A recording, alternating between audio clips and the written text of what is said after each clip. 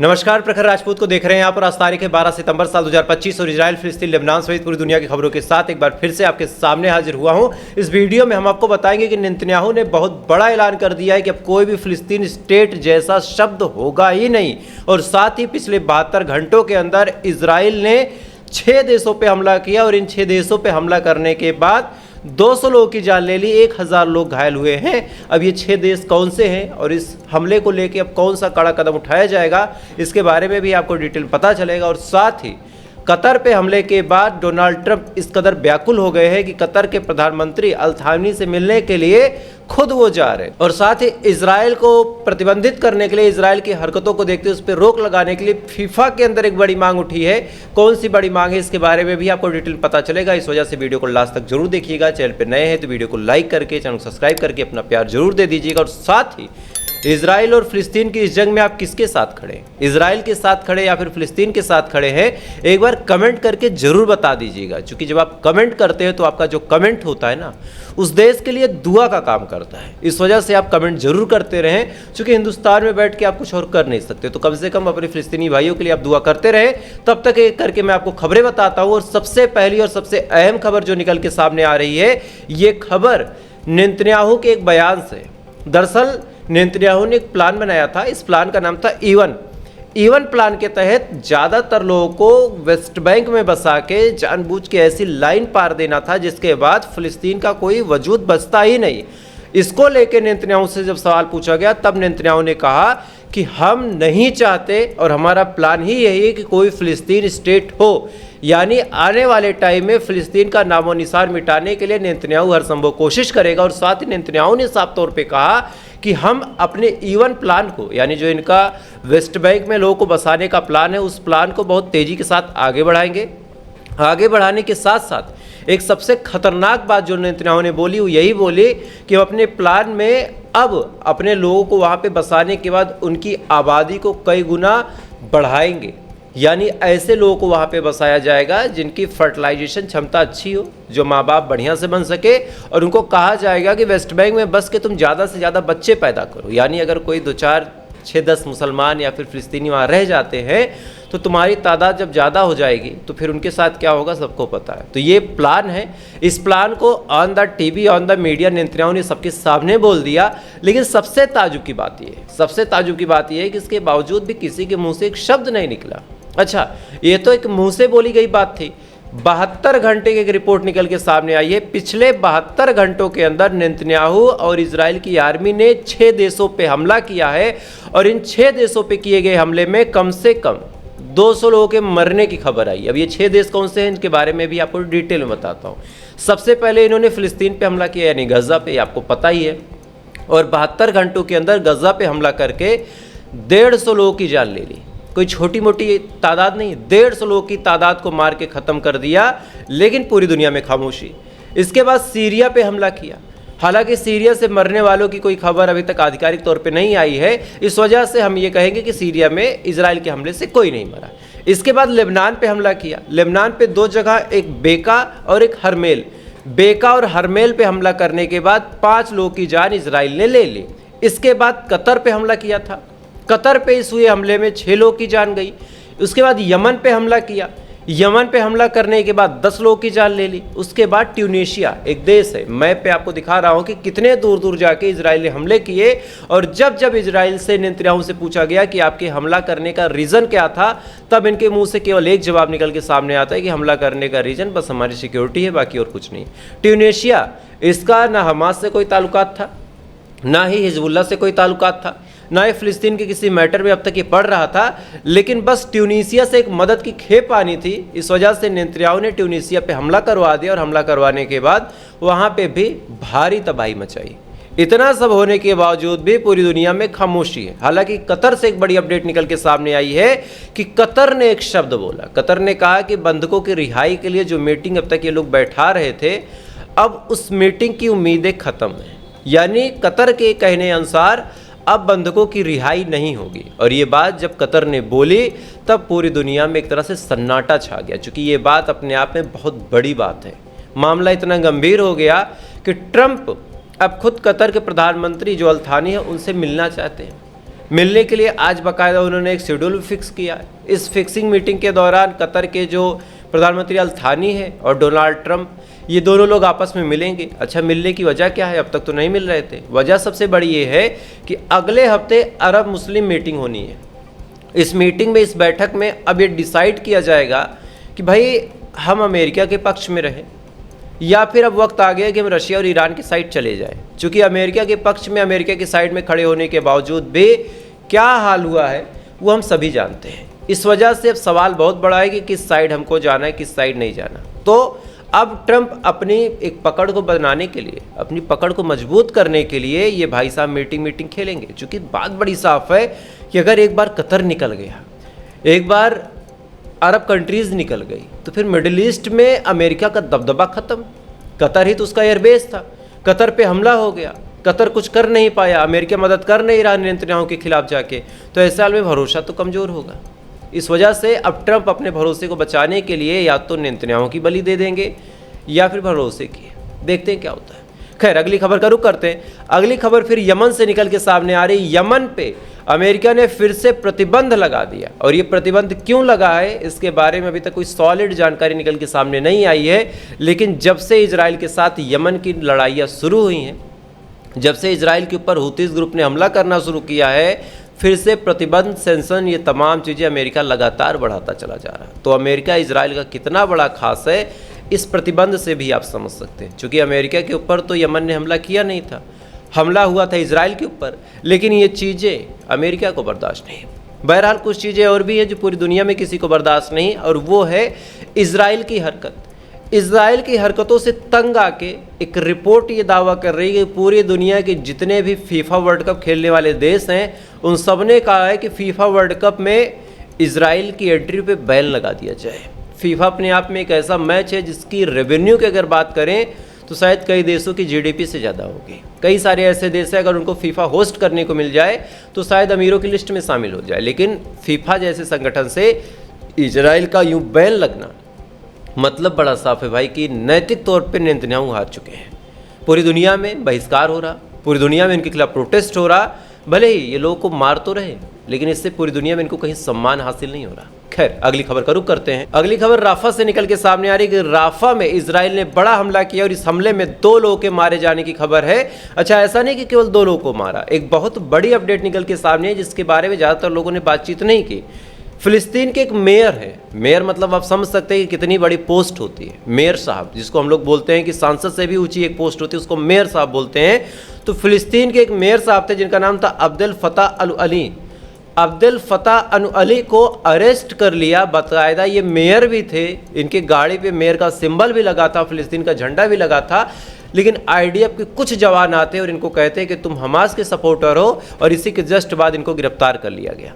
ये खबर जब निकल के सामने आई, सोशल मीडिया पे इस खबर को भले ही दबा दिया गया, लेकिन अब धीरे धीरे लोग इसको अलग ही नज़रिए से देख रहे हैं। अब सोचिए, किसी देश के मेयर को गिरफ्तार करना, ये कोई छोटी बात है, बहुत बड़ी बात है। खैर, अगली खबर का रुख करते हैं।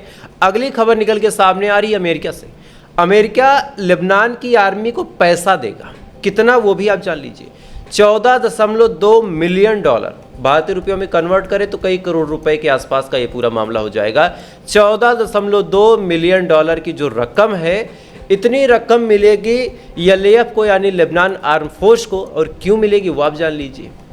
लेबनान आर्म फोर्स को $14.2 मिलियन की रकम देके अमेरिका का कहना है कि आप इस पैसे का उपयोग हिजबुल्लाह को डिसआर्म, डिसमेंटल करने में करेंगे। यानी अमेरिका के पैसे पे जो ये लेबनान की आर्मी है वो खड़ी होगी।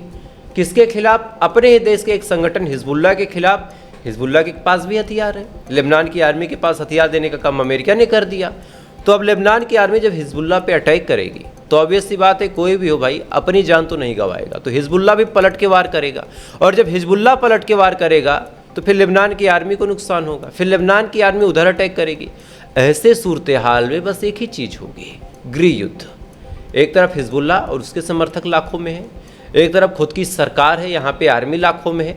ये दोनों भिड़ेंगे, असल में नुकसान होगा लेबनान का और असल में फ़ायदा होगा इजराइल का। जब ये दोनों लड़ते रहेंगे, मौका देख के अभी 5 पॉइंट पे कब्जा करके बैठा है इजराइल, आने वाले टाइम में 50 पॉइंट पे कब्जा करेगा। और ये तमाम चीज़ें करवाने का काम अगर कोई कर रहा तो वो लेबनान की सरकार कर रही, कोई थर्ड पार्टी इसमें नहीं इन्वॉल्व है। लेबनान की सरकार खुद अमेरिका के आगे इस कदर घुटने टेक चुकी है कि वो करवा रही।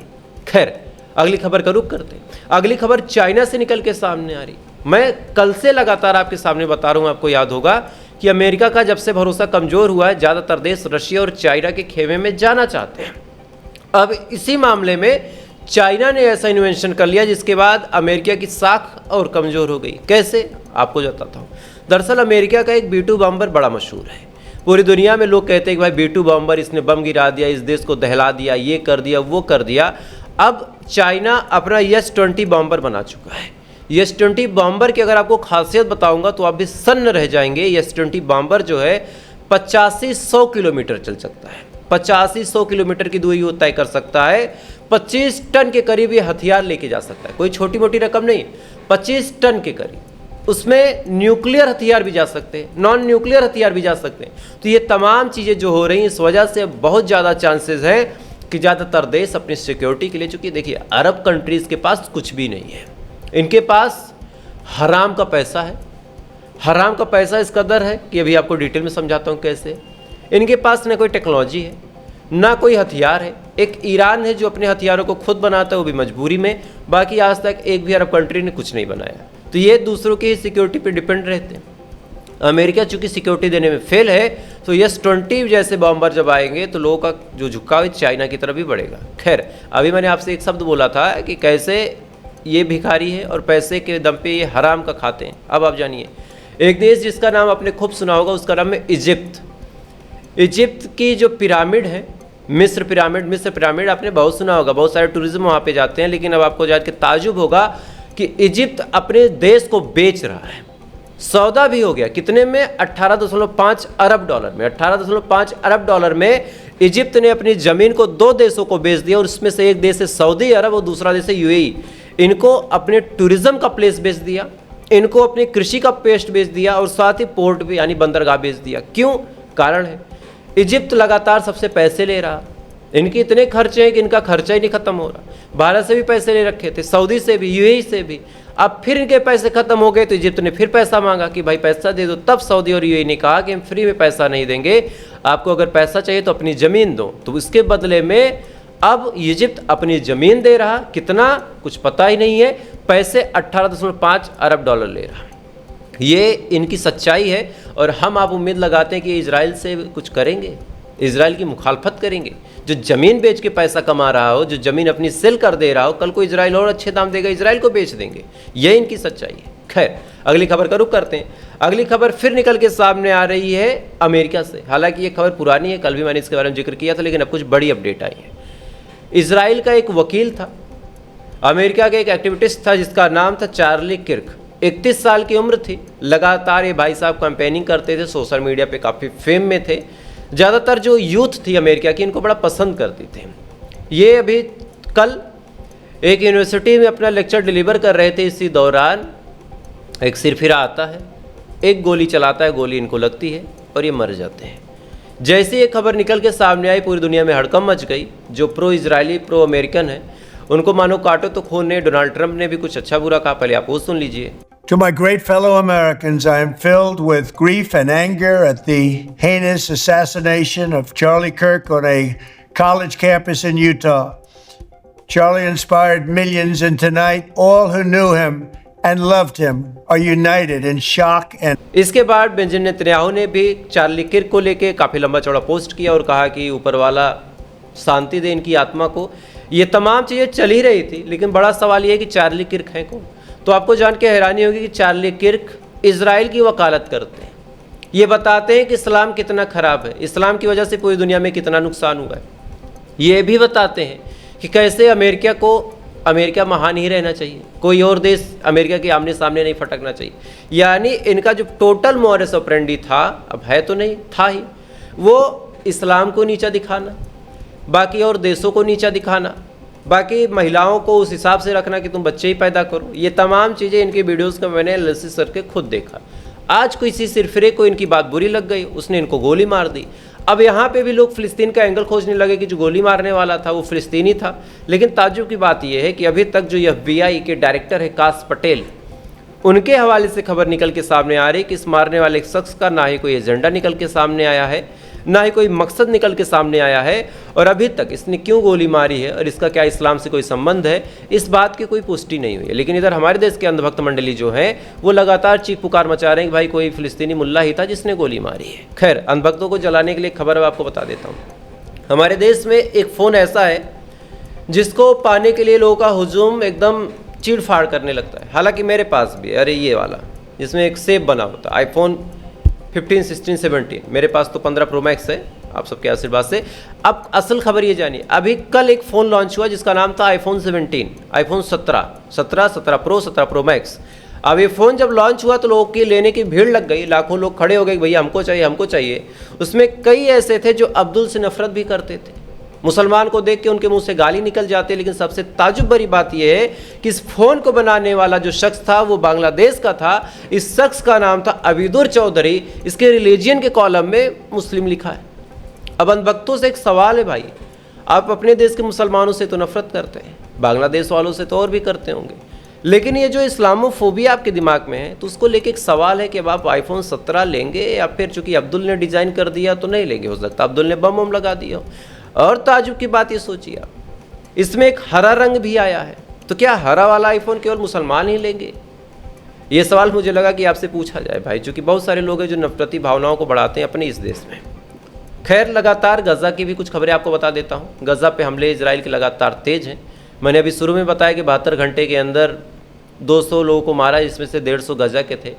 खाने के लाले पड़े हैं, लोगों का ध्यान गज़ा से शिफ्ट होकर कहीं और जा चुका है। चूँकि सिंपल सी बात है कि अभी सबके दिमाग में कतर और बाकी जो 5-6 देश जिस पे इजराइल हमला कर रहा वो चल रहा। वेस्ट बैंक के प्लान के आगे गज़ा का जेनोसाइड दब चुका है। गज़ा में क्या हो रहा इसके बारे में ज़्यादा लोग बातचीत करना भी नहीं चाहते।